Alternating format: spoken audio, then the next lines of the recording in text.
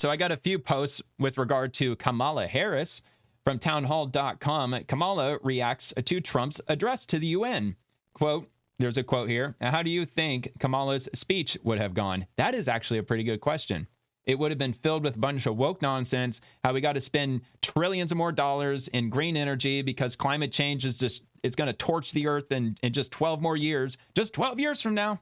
Anyway, here, let's give this a watch. This person and what we just saw in terms of a presentation at the United Nations. Oh. I talk about it. I talked about, remember the debate? Yeah. They laughed at him the last time he was in front of the UN. Yeah, this time you watched, did you remember just about, I don't know, several weeks ago, that meeting with Xi and Kim Jong-un and Putin? Yeah. You think they're not laughing? Oh, they are.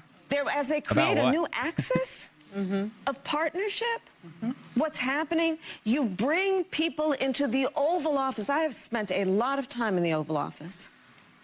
No, you think? I have spent time in the Oval Office with the president, receiving our allies and our friends from around the world.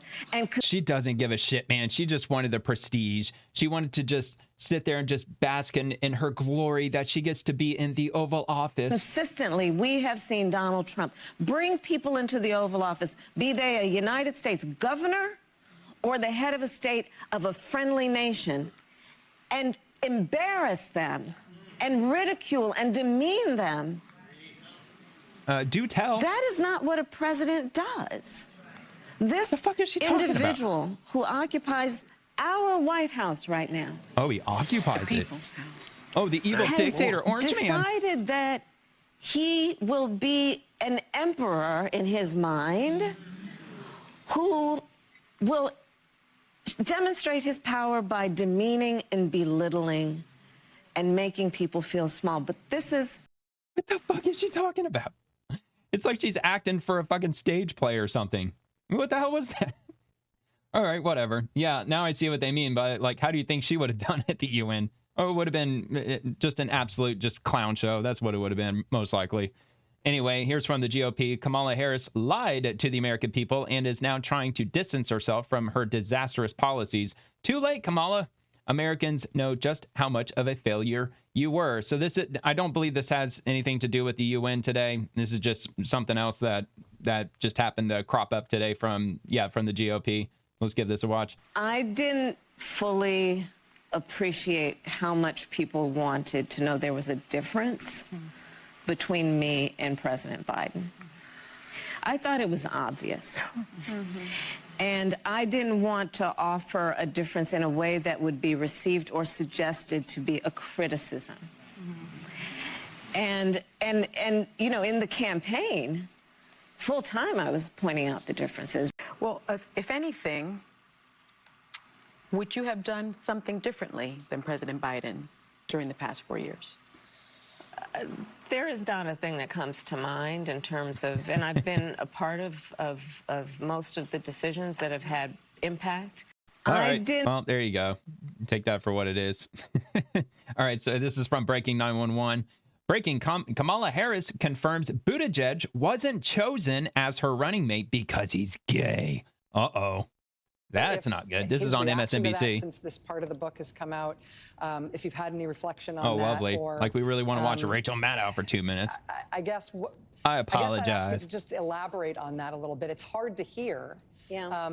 With you running as, you know, you're the first woman elected vice president. You're a black woman and a South Asian woman elected to that high office.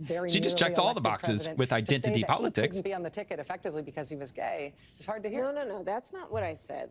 That he couldn't be on the ticket because he is gay. Oh, my point, as I write in the book, is that I was clear that in 107 days, in one of the most hotly contested elections for President of the United States, against someone like Donald Trump, who knows no floor, to be a black woman running for President of the United States and as a vice presidential running mate, what a fucking cringe fest. With the stakes being so high, it made me very sad, but I also realized it would be a real risk. no matter So you literally didn't choose him because he was gay. That's exactly. So you're making Rachel Maddow's point for her. how, I've been an advocate and an ally of the Look LGBT at her look. community. She's like, you my entire life. motherfucker. So it wasn't about, yeah, right. So it wasn't about How any dare you. prejudice on my part, but Oh, but it kind of was. we had such a Oh, but it we had was. such a short period of time, and the stakes were so high. I think Pete is a phenomenal public servant. You know, you want to say Rachel Maddow? Well, you were going to lose either way, so why not have just run with him? And I think America is and would be ready for that. But When I had to make that decision with 2 weeks to go, even though America is totally ready for a gay vice president, Pete Buttigieg, but I just couldn't do it. I just couldn't do it because, America was totally ready for him, but America totally wasn't, though. and maybe I was being too cautious. I'll let our friends, we should all talk about that. Maybe She's I homophobic. was. That's what she is. But that's the decision I made, and I, as with everything else in the book, I'm being very candid about that. Yeah. With a great deal of sadness about also the fact that it might have been a risk.